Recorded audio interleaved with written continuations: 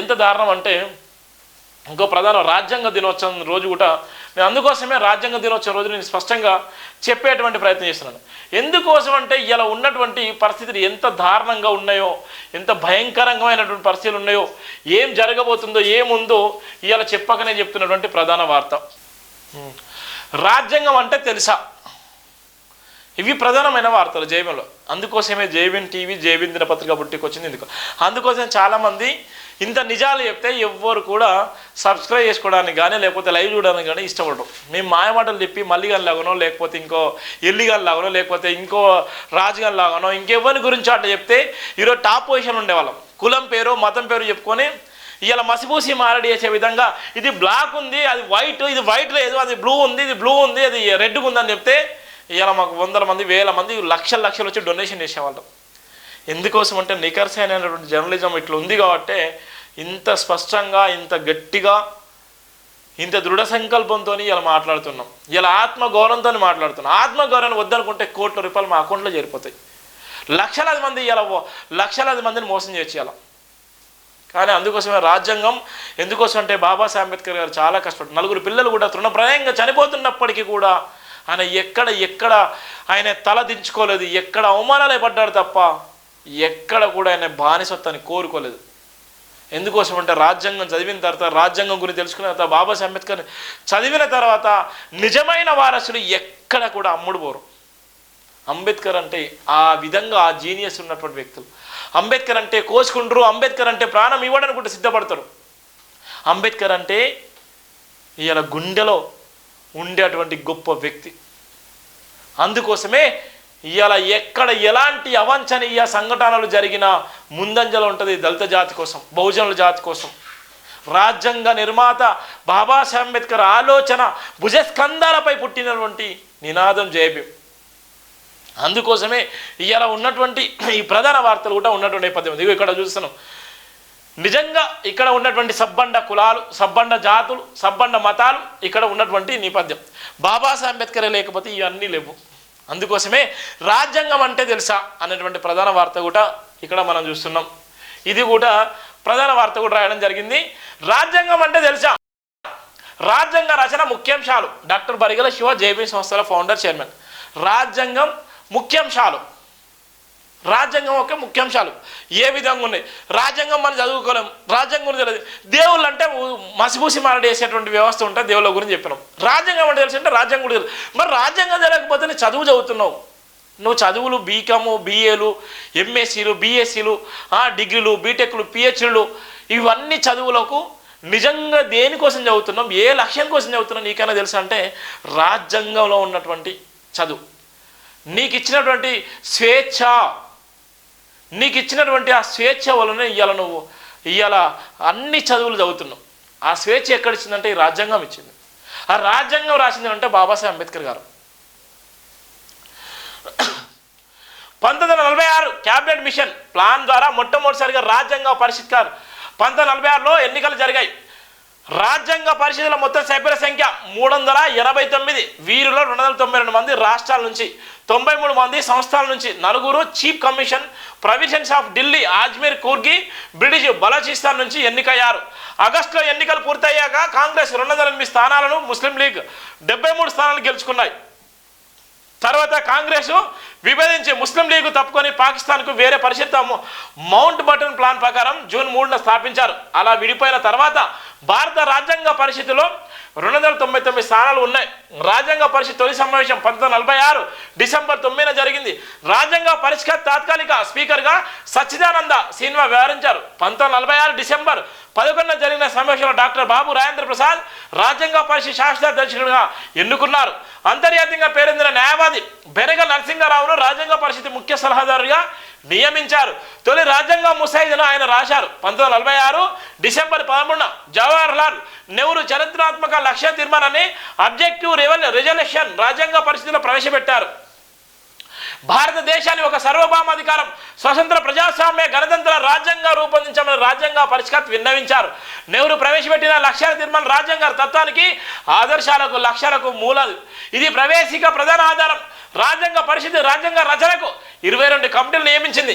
ఈ కమిటీల్లో అత్యంత ముఖ్యమైనది రాజ్యాంగ రచన కమిటీ, డ్రాఫ్టింగ్ కమిటీ. ఇది 1947 ఆగస్టు 29న డాక్టర్ బిఆర్ అంబేద్కర్ అధ్యక్షతన 6 సభ్యులతో ఏర్పాటైంది. అల్లాడి కృష్ణస్వామి, ఐఆర్ఎన్ గోపాలస్వామి, అయ్యగారు Syed Saadulla, doctor KM Munshi, BL Mitter, DP Khaitan సభ్యులు.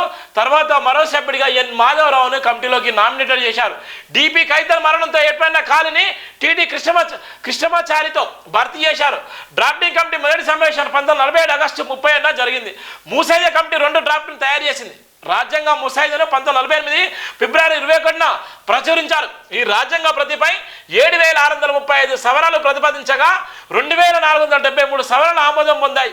రాజ్యాంగ పరిషత్ ఈ ముసాయిదాను 114 రోజులు పరిశీలించి 1949 నవంబర్ 26న ఆమోదించింది. ఇదే రోజు. అందుకోసమే రాజ్యాంగ దినోత్సవం నవంబర్ 26. ఈరోజు దీన్నే మనకు రాజ్యాంగ దినోత్సవం అని చెప్పడానికి ఈ వార్త. అందుకోసమే ఎప్పుడు చేసింది ఇది? 1949 నవంబర్ 26న ఆమోదించింది. ఇవన్నీ ఇప్పుడు జరిగినటువంటి ఇవన్నీ 7630 సవరణలు ప్రతిపాదించగా 2473 సవరణలు ఆమోదం పొందాయి. అందుకోసమే 1949 దీనికి ఎన్ని రోజులు వేసిలో 114 రోజులు పరిశీలించారు. 114 రోజులు పరిశీలించిన తర్వాత 1949 నవంబర్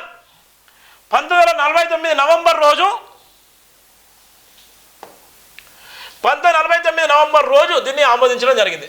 ఇగో ఇక్కడ ఎన్ని రోజులు వేసిళ్ళు? 114 రోజులు పరిశీలించి 1949 నవంబర్ 26న ఆమోదించింది. మొత్తం మీద రాజ్యాంగ తపనకు రాజ్యాంగం అనే ప్రతి దేశంలో అత్యున్నత చట్టం. మన దేశంలో కూడా రాజ్యాంగం అత్యున్నత చట్టం. రాజ్యాంగం ద్వారానే రాజ్యంలో శాసన వ్యవస్థ, కార్యనిర్వాహక వ్యవస్థ, న్యాయ వ్యవస్థలకు అధికారులు సక్రమిస్తాయి. ప్రజలకు సైతం వారి ప్రాథమిక హక్కులు, స్వేచ్ఛలు రాజ్యాంగం ద్వారా లభిస్తాయి. అందుకే రాజ్యాంగాన్ని దేశ భవిష్యత్తు విధాతగా పేర్కొంటారు. భారత రాజ్యాంగ రూపొందడానికి 1946 నుంచి 1949 వరకు దాదాపు 60కి పైగా సమావేశాలు జరిగాయి. వాటిలో రాజ్యాంగానికి సంబంధించిన రాజ్యాంగ పరిషత్ సభ్యులు, ముసాయిదా కమిటీ సభ్యులు తమ అభిప్రాయాలను కూడా వెల్లడించారు. 1946 నుంచి మొదలుకుంటే 1949 దాకా సుమారుగా 60కి పైగా సమావేశాలు జరిగినాయి. చాలామంది ఎవడెవడో మాట్లాడతారు, చిల్లర గనులు మాట్లాడతారు. నిజంగా ఇక్కడ ఈ వార్తను చూసి నేను నిజంగా చెప్తున్నాను. ఇవాళ అంబేద్కర్ రాజ్యాంగం రాయలేదు, అంబేద్కర్ ఒక కమిటీ సభ్యుడిగానే ఉన్నాడు, అంబేద్కర్ రాసేంత లేనేలేదు, అంబేద్కర్ మీద అనేకమైన నిందలు వేసినటువంటి ఇవాళ చాలామంది ఉన్నారు. ఒక నకిలీ వెధవలు. అరే బాబు, ఇక్కడ ఈ వార్తను చూడండి. ఇక్కడ ఉన్నటువంటి బాబాసాహెబ్ అంబేద్కర్ గారు ఏ విధంగా కష్టపడ్డాడో, రాజ్యాంగం నిజంగా రావడానికి ఇవాళ 20వ తారీఖు నవంబర్ 20వ తారీఖు ఇవాళ రాజ్యాంగ దినోత్సవం జరుపుకోవడానికి ప్రధాన కారకుడు, ప్రధాన వక్త, ప్రధాన వ్యక్తి బాబాసాహెబ్ అంబేద్కర్ గారు మాత్రమే. అందుకోసమే ప్రతి ఒక్కరు కూడా కళ్ళు తెరిపించే విధంగా ఈ ప్రతి ఒక్క వార్త కూడా రాయడం జరిగింది. ఆమోదానికి 3 పట్టణాలు. 1948 నవంబర్ 4న అంబేద్కర్ రాజ్యాంగం తుది ముసాయిదాను అధికారికంగా రాజ్యాంగ సభలో ప్రవేశపెట్టారు. సభ సభ్యులందరికీ దీని కాపీని అందించారు. దీన్ని రాజ్యాంగం ప్రథమ పఠనం అంటారు. అనంతరం రాజ్యాంగ సభ సభ్యులు అందించిన సలహాలు, సూచనలతో రాజ్యాంగాన్ని మరోసారి సవరించారు. ఇక చూడు, 1వది 1940 నవంబర్ 15న ద్వితీయ పఠనం ప్రారంభమైంది. రాజ్యాంగ ముసాయిదాలోని ప్రతి ఆర్టికల్ను రాజ్యాంగ సభ కులాకషంగా చర్చించింది. ఈ ప్రక్రియ 1949 అక్టోబర్ 17వ తేదీ వరకు కొనసాగింది. డ్రాఫ్టింగ్ కమిటీ రాజ్యాంగము ముసాయిదాను మళ్ళీ రివైజ్ చేసింది 2వ రోజు. చివరిగా 1949 నవంబర్ 14న తిరిగి రాజ్యాంగ సభలో ముసాయిదాను ప్రవేశపెట్టారు. దీన్ని తృతీయ పఠనం అంటారు. ఈ ముసాయిదాను సభలో ప్రవేశపెట్టినప్పుడు అంబేద్కర్ ప్రసంగిస్తూ అసెంబ్లీ ద్వారా నిర్ణయించిన ఈ రాజ్యాంగాన్ని ఆమోదించాలని ప్రతిపాదించారు. 3వది, ఈ ప్రతిపాదన రాజ్యాంగ సభ సభ్యులు అంగీకరించారు. ఎట్టకేలకు 1949 నవంబర్ 26న రాజ్యాంగ ఆమోదం పొందింది. రాజ్యాంగ సభ సభ్యులు అందరు దీనిపై సంతకాలు కూడా చేశారు. ఎంత కఠినమైనటువంటి నిర్ణయాలు, ఎంత భయంకరమైన నిర్ణయాలు, ఎంత ఇబ్బందులు పడ్డాడు బాబాసాహెబ్ అంబేద్కర్ గారు, ఎంత కష్టపడ్డాడు ఈ రాజ్యాంగం రాయడానికి, రాజ్యాంగాన్ని ప్రవేశపెట్టడానికి. రాజ్యాంగంలో ఉన్నటువంటి ప్రతి ఒక్కరిని కూడా సముదాయించి వాళ్ళందరినీ కూడా మెప్పించి అసెంబ్లీలో ఏ విధంగా తీర్మానం చేశాడు. ఇలా చాలా వరకు అంబేద్కర్ అంటే చాలా వరకు తెలియదు. అంబేద్కర్ అంటే నిజంగా ఒక దళిత వాడిగానే చూస్తారు. అంబేద్కర్ అంటే నిజంగా ఒక భయంకరమైన ఒక దళితుల కోసం పుట్టినటువంటి వ్యక్తిగా చూస్తారు. బాబాసాహెబ్ అంబేద్కర్ గారు లేకపోతే నీ బతుకులేదు, నీ మెతుకులేదు. దేవుళ్ళు లేకపోయినా నీకేం కాదు, కానీ బాబాసాహెబ్ అంబేద్కర్ లేకపోతే నువ్వు బతకలేనటువంటి భయంకర పరిస్థితులు ఉంటావు. నువ్వు నివసించడానికి కూడా అర్థం లేని జీవితాన్ని కూడా గడుపుతావు. ఇవాళ బాబాసాహెబ్ అంబేద్కర్ గారు నలుగురు పిల్లలు కూడా చనిపోతున్నప్పటికీ కూడా, భయంకరమైనటువంటి వ్యాధితో చనిపోతున్నప్పటికీ కూడా, కనీసం అన్నం పెట్టలేని పరిస్థితిలో ఉన్నప్పటికీ కూడా, తన భార్య నిజంగా పిడికలమ్మి కూడా బాబాసాహెబ్ అంబేద్కర్ చదివించినటువంటి తరుణం కూడా ఈరోజు మహిళామూర్తులకు లేకపోయింది. ఇలా నిందలు, అపనిందలు, అబద్ధాల వల్ల ఇలా కుటుంబాలు విచ్ఛిన్నమై ఇలా విడిపోయేటువంటి పరిస్థితులు ఉన్నాయి. ఇలా రాజ్యాంగం ఎంత గొప్పగా రాసిండు, ఆ రాజ్యాంగం రాయడానికి తన భార్య ఎంత గొప్పగా సపోర్ట్ చేసింది. ఇలా ఎన్ని అవమానాలు పడ్డాడు, కనీసం ఒక్క పూట కూడా మంచి అన్నం తినలేనటువంటి పరిస్థితిలో ఉన్నాడు బాబాసాహెబ్ అంబేద్కర్ గారు. ఇలా ఎప్పుడు చూసినా పెన్నును పట్టుకొని, బుక్కును పట్టుకొని 24 గంటలు అంకితం అయిపోయాడే తప్ప ఆయన ఏ రోజు కూడా సంతోషపడలేదు. అందుకోసమే రాజ్యాంగం అంటే తెలియని వాళ్ళు, బాబాసాహెబ్ అంబేద్కర్ అంటే నిజంగా దళిత బిడ్డలు కూడా తెలియదు. ఇలా రాజ్యాంగం అంటే జై భీమ్ అంటారు, ఇలా జై అంబేద్కర్ అంటారు, ఇలా జై మాల అంటారు, జై మాదిగ అంటారు, జై బహుజన్ అంటారు, జై రెడ్డి అంటారు, జై ఓబీసీ అంటారు, జై ఈ కులాల ఆకులు అంటారు. కొంతనన్నా సిగ్గుశరం ఉండాలి. మనం ఎందుకోసం ఉన్నాం, ఎందుకోసం బతున్నాం, ఏ దేవుళ్ళ వల్ల మనం బతున్నాం, ఏ కులం వల్ల బతున్నాం, ఏ మతం వల్ల బతున్నాం, దేని వల్ల బతున్నాం? ఈ రాజ్యాంగం వల్లనే మీరు బతున్న రాసి పెట్టుకోండి. ఈ రాజ్యాంగం వల్లనే. ఇక 4వది, రాజ్యాంగ సభలో ఎక్కువ చర్చలు. డ్రాఫ్టింగ్ కమిటీ రూపొందించిన రాజ్యాంగం ముసాయిదుల పైన జరిగాయి. రాజ్యాంగ సభ నిర్వహించిన 166 సమావేశాల్లో 114 రాజ్యాంగ ముసాయిలపై జరిగినవి. రాజ్యాంగ పీఠిక పూర్తిపటం. భారత ప్రజలమైన మేము భారతదేశాన్ని సర్వసత్తాక సౌమ్యవాద లౌకిక ప్రజాస్వామ్య గణతంత్ర రాజ్యాంగ నిర్మించుకోవడానికి పౌరులందరికీ సాంఘిక ఆర్థిక రాజకీయ న్యాయ ఆలోచన భావ ప్రకటన విశ్వాసం ధర్మం ఆధారాలు స్వతంత్రం అంతస్తులోనే అవకాశాలనే సమానత్వాన్ని చేకూర్చడానికి వారందరిలో వ్యక్తిత్వ గౌరవాన్ని జాతీయ సమైక్యతను సంరక్షిస్తూ సౌభ్రమాతాన్ని పెంపొంచడానికి మన ఈ రాజ్యాంగ పరిస్థితి 1949 నవంబర్ 26వ తేదీన ఎంపిక చేసుకొని శాసనంగా రూపొందించుకొని ఈ రాజ్యాంగం మాకు మేము సమర్పించుకుంటున్నాం. ఇక్కడ రాజ్యాంగ పీఠిక మనం చదువుతూ ఉంటాం. రాజ్యాంగ పీఠికలను ప్రతి ఎమ్మెల్యే, ప్రతి మినిస్టర్, సీఎం, పిఎం అయినా కూడా ఏం చదువుతారు? ఇదే చదువుతారు. రాజ్యాంగ సభలో ఎక్కువ డ్రాఫ్టింగ్ ఎప్పుడు జరిగినాయి? ఈ జరగడం వల్ల కారణాలు ఏంది?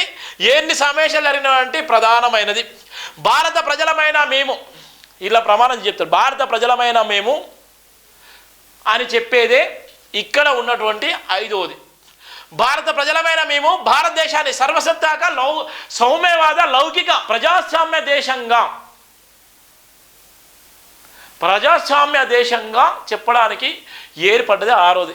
ఇవన్నీ ఆ డ్రాఫ్టింగ్ కమిటీలో ఏర్పాటు చేసుకున్నది. ఇగో గణతంత్ర రాజ్యాంగం నిర్మించుకొని భావ ప్రకటన స్వేచ్ఛను, ధర్మం ఆధారమాలను, స్వతంత్రాన్ని, అంతస్తులను, అవకాశాలను, సమానత్వాన్ని చేకూర్చడానికి వారందరికీ కూడా గౌరవించేది కూడా రాజ్యాంగం. అప్పుడు బాబాసాహెబ్ అంబేద్కర్ పెట్టిన తర్వాత రాజ్యాంగ పీఠిక పదపరిచయం. సర్వభౌమ సర్వసత్తాక భారతదేశం ఒక సర్వసత్తాక దేశం అనగా దేశంలో అన్ని వ్యవహారాలను రాజ్యాంగానికి లోబడి మనమే నిర్వహించుకోవడం.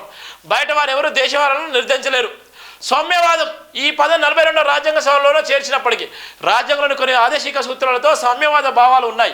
సౌమ్యవాద దేశంలో సంపద ప్రజలకు తగిన భాగస్వామ్యం ఉండాలి. అతి కొద్ది మంది చేతుల్లో డబ్బు, పరపతి సంపద ఉండిపోకూడదు. భూమి, పరిశ్రమ, పెట్టుబడులపై ప్రభుత్వం నియంత్రణ చేస్తూ అందరికీ హక్కు ఉండేలా చూడాలి. లౌకికత్వం. లౌకిక దేశం అనగా ప్రజలకు ప్రభుత్వానికి గల సంబంధం కేవలం రాజ్యాంగ చట్టం, న్యాయం ద్వారా ఉండాలి. 42వ రాజ్యాంగ సవరణ ద్వారా ఈ పదం పీఠికలోకి చేర్చబడింది. ప్రజలు మతాల ఆధారంగా ఎక్కువ తక్కువలు ఉండవు. అన్ని మతాలు సమానంగా గౌరవించబడతాయి. దేశానికి అధికారిక మతం అంటూ ఏదీ లేదు. పౌరులందరూ వారికి ఇష్టమున్న మతాన్ని అంగీకరించవచ్చు. చాలా వరకు తెలియదు. ఎవరికి కూడా ఏ మతం, ఏది కులం గొప్ప అని ఎక్కడ కూడా చెప్పలేదు. రాజ్యాంగంలో రాసి పెట్టుకోండి. ఏ మతం కూడా గొప్ప అని ఎక్కడ కూడా రాజ్యాంగంలో లేదు. ఇలా మా మతం గొప్పదని ఎక్కడ కూడా అందరూ సమానమే. ఇలా చాలా వరకు మేధావులారా మీ కళ్ళు తెరుచుకోండి. ఇలా చాలా వరకు నకిలీలో ఉండేటువంటి మేధావులారా ఇలా సవాల్ చేస్తున్నాను. ఎక్కడ ఏ మతం కూడా గొప్ప అని ఎక్కడ కూడా చెప్పుకోలేదు. ఏ మతం గొప్ప, ఎక్కడ మీ గొప్ప అని ఎవ్వరు కూడా చెప్పలేదు. ఇక్కడ ఉన్నటువంటి మతాలు కూడా అన్ని సమానమే.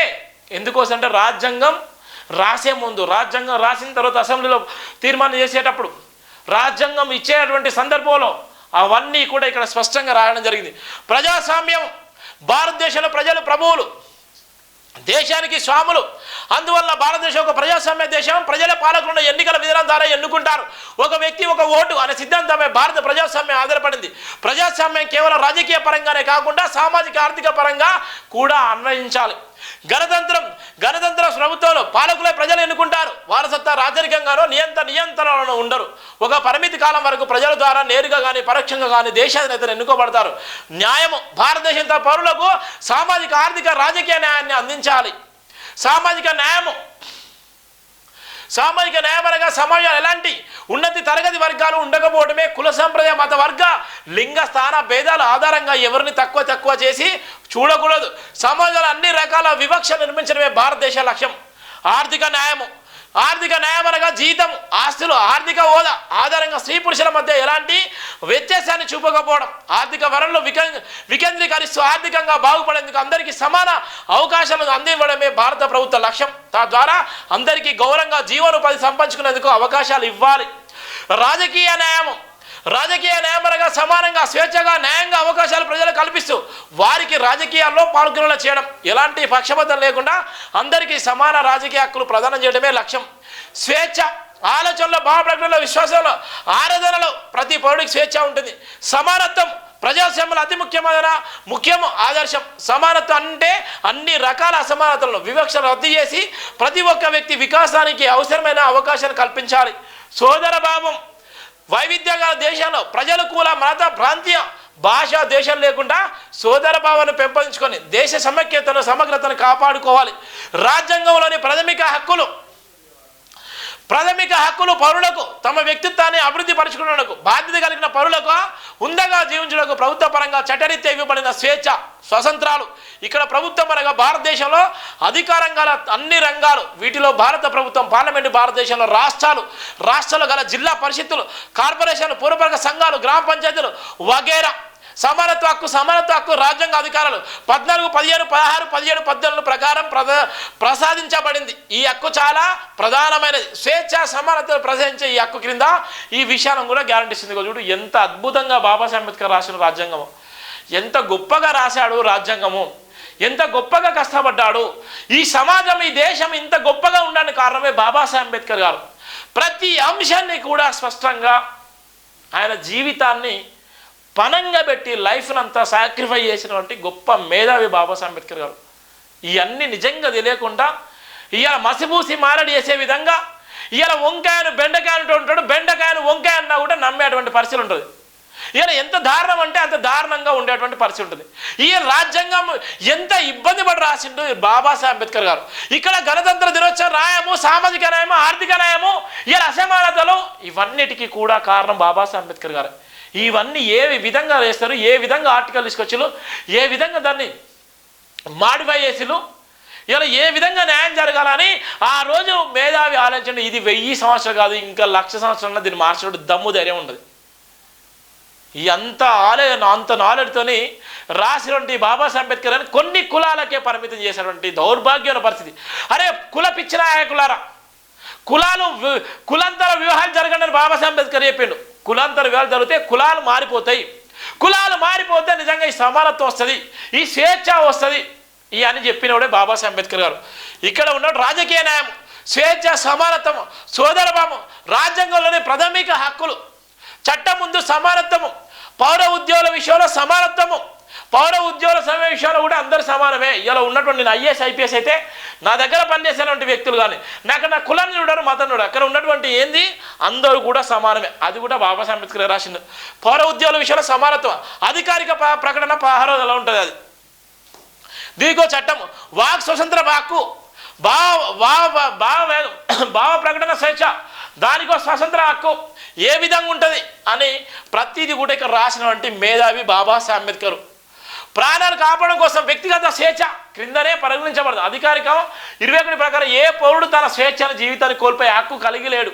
చట్టాన్ని తప్పించే 22 అధికార నిర్బంధ నివారణ చట్టం అధికార ప్రకారం ఏ ఒక్క వ్యక్తిని కారణం లేకుండా నిర్బంధంలోకి తీసుకొని రాదు. నిర్బంధంలో తీసుకున్న 20 గంటలలోపే సమీప న్యాయమూర్తి ఎదుట హాజరుపరచాలి. పోలీసులు చాలా తప్పులు వేస్తూ అంటారు. ఇష్టానుసారంగా వాళ్ళకు పడకపోతే తీసుకొచ్చి అరెస్ట్ చేసేటువంటి ప్రయత్నం చేస్తారు. కానీ అది కూడా చెప్పిండు, 24 గంటల్లో మెజిస్ట్రేట్ ముందు కోర్టులో హాజరుపరచాలి, లేకపోతే వాళ్ళ ఉద్యోగాలు ఊడిపోతాయి. ఎంత గొప్పగా రాసిండు బాబాసాహెబ్ అంబేద్కర్ గారు, ఎంత అద్భుతంగా రాసిండు రాజ్యాంగాన్ని, ఎంత గొప్పగా చెప్పినటువంటి వ్యక్తి బాబాసాహెబ్ అంబేద్కర్ గారు. మత స్వతంత్ర హక్కు, సాంస్కృతిక విద్యా హక్కులు, సాంస్కృతిక కూడా విద్యా హక్కులు, ఇవన్నీ రాసినటువంటి వ్యక్తి బాబాసాహెబ్ అంబేద్కర్ గారు.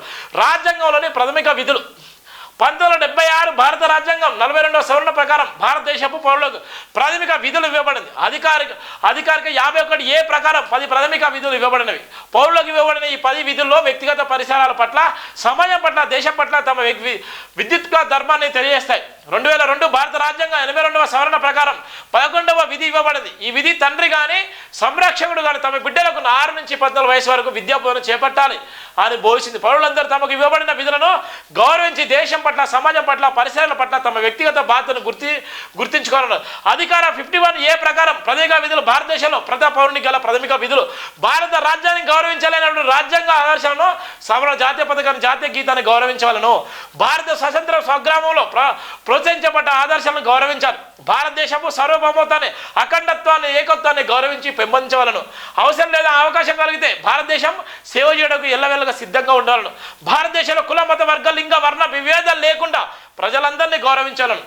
సోదర భావాన్ని, సభృత్వాన్ని పెంపొందించవాలను. స్త్రీల యొక్క గౌరవ మర్యాదను భంగపరిచే అమర్యాదపరమైన ఆచరణ కూడా వీరనాలు. ఇవన్నీ ఆయన చెప్పినటువంటి ఆదేశిక సూత్రాలు 3 రకాలు విభజించవచ్చు. ఉదారవాద నియమాలు 44, 49, 50, 51. గాంధీవాద నియమాలు 40, 43, 40, 48, 38, 39, 41, 43, 42, 46. సామ్యవాద నియమాలు. ఇవన్నీ కూడా ఆదేశిక సూత్రాలు. ఈ రాజ్యాంగం మొత్తం రాయడం జరిగింది. ఉదారవాద నియమాలు ఆర్టికల్ 42 ఉమ్మడి పౌరస్మృతి, యూనిఫార్మ్ సివిల్ కోడ్, గోవిధ నిషేధం. గోవాద కూడా ఇక్కడ తీసుకొచ్చిన ఆర్టికల్ ఉదారవాద నియమాలు 44లో వచ్చింది. ఆర్టికల్ 49 ప్రాచీన వాస్తు శిల్ప సంపదను రక్షించాలి. ఆర్టికల్ 50 ఎగ్జిక్యూటివ్ నుంచి జ్యుడిషియల్ సిస్టమ్ను వేరు చేయాలి. ఆర్టికల్ 51 అంతర్జాతీయంగా శాంతిని పెంపొందించాలి. గాంధీవాదీలకు 40, 43, 40, 48. ఆర్టికల్ 40 గ్రామ పంచాయతీలు ఏర్పడాలి. ఆర్టికల్ 40 ద్వారానే గ్రామ పంచాయతీలు ఏర్పడాయి. ఇక్కడ 73వ సవరణ ద్వారా పంచాయతీ వ్యవస్థ కూడా ఏర్పడింది. 73వ రాజ్యాంగ సవరణ ద్వారానే ఇలా నిధులు ఇస్తారు. నిధులు ఇవ్వడానికి కూడా 73వ రాజ్యాంగ సవరణ ద్వారానే. ఇక్కడ ఉన్నటువంటి చాలా వరకు ఇవన్నీ తెలియకపోవడం వల్ల ఇబ్బంది పడేటువంటి నేపథ్యం ఉంటుంది. అందుకోసమే భారత రాజ్యాంగ దినోత్సవం రోజు ఈ వార్త రాయడం జరిగింది. చాలా వరకు రాజ్యాంగం అంటే తెలియదు. ఇలా ఉన్నటువంటి దేవుళ్ళ మత్తులో ఉంటారు, భయంకర పరిస్థితులు ఉంటారు.